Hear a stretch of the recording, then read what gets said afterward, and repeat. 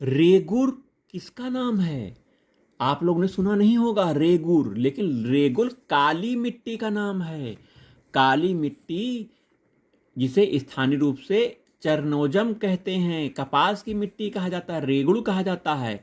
यह मिट्टी महाराष्ट्र के साथ मध्य प्रदेश, पश्चिमी मध्य प्रदेश, गुजरात आदि राज्यों में मिलती है।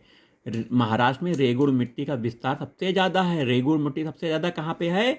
महाराष्ट्र राज्य में। अगला प्रश्न आ गया है।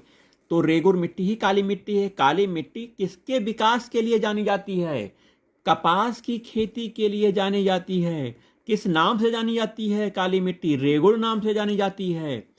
तो दक्कन ट्रेप को रेगड़ मिट्टी, दक्षिण ट्रेप की रेगड़ मिट्टी काली होती है। कथन कारण है उसमें ह्यूमरस प्रचुर मात्रा में होता है, ये गलत है। कथन सही है, कारण गलत है। ह्यूमरस नहीं होता है काली मिट्टी में।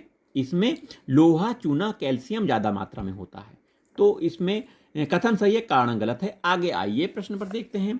कपास की खेती के लिए यही रेगड़ मिट्टी बहुत इंपॉर्टेंट है, याद रखिएगा। काली मिट्टी कपास की खेती के लिए उपयुक्त है, कथन सही है। इसमें जैव तत्व प्रचुर मात्रा में होते हैं, तो इसमें जैव तत्व नहीं होते हैं, याद रखिएगा। सी ऑप्शन सही है। कारण गलत है, कथन सही है।